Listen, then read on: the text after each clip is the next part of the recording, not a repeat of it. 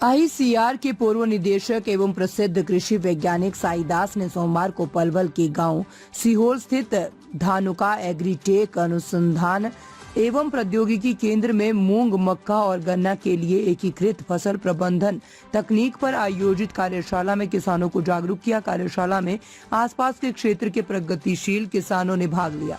Doctor Sai दास ने फसल में विविधता लाने के लिए मक्का की क्षमता पर प्रकाश डाला। उन्होंने किसानों को मूंग और मक्का की फसलों के लिए सर्वोत्तम कृषि पद्धतियों के बारे में जानकारी दी ताकि फसलों के उत्पादन को बढ़ावा दिया जा सके। उन्होंने कहा कि किसानों को आय बढ़ाने के लिए भूमि की उर्वरक क्षमता को बढ़ाना जरूरी है। इसके लिए किसानों को अपनाना चाहिए। फसल चक्र के दौरान किसानों को खेत में अलग अलग फसलों को बारी बारी लगाना चाहिए ताकि मिट्टी की उर्वरता बनी रहे। किसान मूंग, मक्का और सरसों की खेती कर आय में बढ़ोतरी कर सकते हैं। गेहूं की कटाई के तुरंत बाद किसान मूंग की खेती कर सकते हैं। सही समय पर खेती करने से फसल का उत्पादन बढ़ेगा और फसलों में रोग भी कम लगेगा। उन्होंने कहा कि मक्का की खेती कर आमदनी को बढ़ाया जा सकता है। किसानों को फसलों के हाइब्रिड बीजों के बारे में जानकारी दी गई और इसके अलावा किसानों को सही मात्रा में खाद और कीटनाशक डालने की भी सलाह दी गई। किसानों को फसलों की सही प्रकार से बुआई करने के बारे में भी जानकारी दी गई। डॉक्टर साई दास ने कहा कि प्रदेश में जलस्तर लगातार नीचे गिरता जा रहा है। जहां पर जलस्तर नीचे गिर रहा है वहां पर किसान धान की फसल ना लगाए बल्कि दलहन की फसलों की पैदावार करें। उन्होंने कहा कि कार्यशाला में प्रगतिशील किसानों को जागरूक किया गया है ताकि जिले के अन्य किसानों को भी जागरूक किया जा सके। धराल समाज यहाँ पर किसान गोष्ठी का आयोजन किया, क्या जानकारी दी गई है किसानों को? यहाँ पर ज़्यादातर जो है ना डॉक्टर साई दास आए हैं, जो भारत के बहुत बड़े वरिष्ठ वैज्ञानिक हैं मक्का के, और जो गन्ना अनुसंधान केंद्र के निदेशक रहे हैं, बाजरा के भी एक्सपर्ट हैं, बड़े माने हुए वैज्ञानिक हैं। ज़्यादातर यहाँ पर मक्का के बारे में और जो जायद में गेहूं कटने के बाद मूंग लगाई जाती है उसको कैसे उगाया जाए, किन किन परिस्थितियों में कैसे उससे ज़्यादा लाभ लिया जाए और कैसे उसकी जो है ना ग्रेडिंग और ये सब करके किया जाए, अधिक उत्पादन और अधिक मार्केटिंग से लाभ कैसे कमा जाए, इस विषय पर आज यहाँ इस अनुसंधान केंद्र में चर्चा हो रही है। डॉक्टर साहब, आज किस विषय को लेकर यहाँ पर गोष्ठी का आयोजन किया गया? ये विषय ये है कि सबसे मेन विषय तो है कि किसानों की इनकम कैसे बढ़ाई जाए, क्योंकि और दूसरा उनकी ज़मीन की उपजाऊ शक्ति कैसे बनी रहे,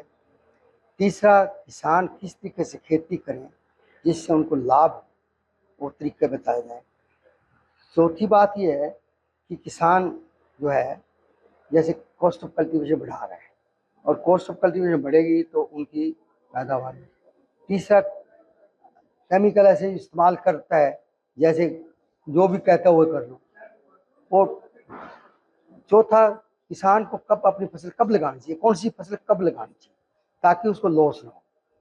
तो इन सब बातों पर चर्चा हुई। जैसे किसान कुछ भाई मूंग लगा रहे हैं, ठीक है मूंग लगाओ, मूंग का समय नहीं है। अगर आपने इसको मूंग को अगर आपने ग्रीन मैन्योरिंग में डालना है या उसकी फली तोड़ करके सब्जी के लिए बेचना है तो चल जाएगा, क्योंकि अब मूंग लगेगी तो बरसात के सीजन में फंस जाएगी, जिससे क्या है आपकी फसल को नुकसान हो जाएगा। नहीं तो ग्रीन मैन्योरिंग करिए, तब टाइम है तो जब आपकी सॉइल का पीएच वेरी हाई है तो सॉइल की फर्टिलिटी इंप्रूव हो जाएगी, जिससे क्या होगा आपकी ज़मीन की उपजाऊ शक्ति बनी रहेगी। कुछ किसान भाई अभी मक्का लगाते थे, मक्का का टाइम नहीं है, अब मक्का लगा लेंगे, स्वीट कॉर्न लगाना चाहते हैं या नॉर्मल या बेबी कॉर्न लगाना चाहते हैं तो उनको लगाएंगे इस टाइम, तो क्या हैगा तो टेम्परेचर बहुत हाई होगा जून में। जब टेम्परेचर हाई हो जाएगा मई एंड में या जून में के अंदर, तो सारा का सारा आपका टेसल ब्लास्ट हो जाएगा, पोलिनेशन नहीं होगा, सीड सेटिंग नहीं होगी, किसान को लॉस होगा फर्टिलाइजर देने का, बीज का, मेहनत का। तो अब मत लगाए, उनको बताया गया है ठीक है आपने स्वीट कॉर्न लगाना है तो 20 मई के बाद लगा लो, नॉर्मल मक्का लगाना है तो जून के 15 जून के बाद लगाओ ताकि आपको फसल का नुकसान हो। तो उसके बारे में बताया कि कितना फर्टिलाइजर डालना है, भाई 1 बैग डीएपी डालो, 30 किलो पोटाश डालो, 6 किलो जिंक सल्फेट डालो बिजाई से पहले, और सही बिजाई करो भाई 60 सेंटीमीटर लाइन से लाइन रखो, 25 सेंटीमीटर पौधे से पौधा रखो स्वीट कॉर्न का। और नॉर्मल मक्का लगाना है तो बाद में लगाना, बेबी कॉर्न लगाना है वो भी लगा सकते हो, जिससे किसान को नुकसान भी ना हो, पैदावार अच्छी हो और कॉस्ट ऑफ कल्टीवेशन घट जाए। और तीसरा जैसे ज़मीनों का पानी स्तर जा रहा है, जिन किसानों ज़मीनों का पानी सतर नीचे जा रहा है तो धान ना लगाएं, धान की बजाय दूसरी फसल लगा लें। जो फसलें हमारी हो सकती हैं, बाजरा लगा लें, मक्का जहाँ लग हो सकता है मक्का लगा लें, और तीसरा कोई ग्राउंडनट मूंगफली लगाना है मूंगफली लगा लें। और जिससे क्या है कि पानी का स्तर मेंटेन रहेगा। नहीं तो जहाँ ब्रैकिश वाटर ब्रैकिश सॉइल है तो पानी का स्तर ऊपर आ जाएगा, तो आने वाले समय में ज़मीन भी खराब हो जाएगी। पानी तो खराब हो ही रहा है, ज़मीन भी खराब हो जाएगी। ये सब बातें किसानों को बताई हैं, और हम अग्रवाल साहब ने जो ये गाँव लिया है, उनका सपना ये है कि मैं पूरे पलवल एरिया को ले लूँ। जितने किसान प्रगतिशील आए हैं और जो भी किसान हैं और बड़े इच्छुक भी हैं, अच्छी खेती करने के लायक हैं, और जिससे क्या है, अगर एक किसान सीख कर जाएगा तो 10 को सिखाएगा, 10 100 को सिखाएंगे, जिससे कि पूरे जिले का जो फायदा हो जाएगा। ठीक। डॉक्टर साहब, आज ये जो किसान गोष्ठी का आयोजन किया गया है, किस मुद्दे पर थी, क्या जानकारी दी गई? आज जो किसान गोष्ठी का आयोजन किया जा रहा है वो मूंग, मक्का और गन्ने की फसल को बढ़ावा देने के लिए इन तीनों फसल पर जो वैज्ञानिक तरीके से खेती की जा रही है उसके बारे में जानकारी देना। यहाँ अभी पूषा से IRI से बहुत ही मक्का के जो प्रगतिशील जो ग्रेट साइंटिस्ट हैं डॉक्टर साईदास जी, उनको बुलाया गया है, और दूसरे जो रोगों के बारे में कीटों के बारे में जो एक्सपर्ट है वो है। और जो ट्रेनिंग का मुख्य उद्देश्य है कि इनकी पैदावार को बढ़ावा देना ताकि किसान की आमदनी बढ़ा सके।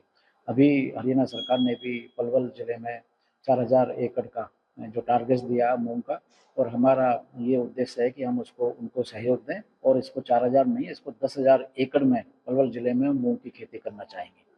साथ ही क्योंकि धानुका ने यहाँ के 10 गांवों को गोद लिया गया है, उस 10 गांवों में जो हम ट्रेनिंग दे रहे हैं किसानों को, जो प्रगतिशील किसान हैं, उनका एक मूल्यांकन करके कि हम उनको किसी बड़े मंच पर सम्मानित करवाएंगे। और साथ ही इन 10 गांवों में कि विभिन्न जो ट्रायल लगाए गए हैं, डेमोस्ट्रेशन लगाई गई हैं, ताकि किसान दूसरे किसान ऐसे प्रगतिशील किसानों के खेतों पर जा कर के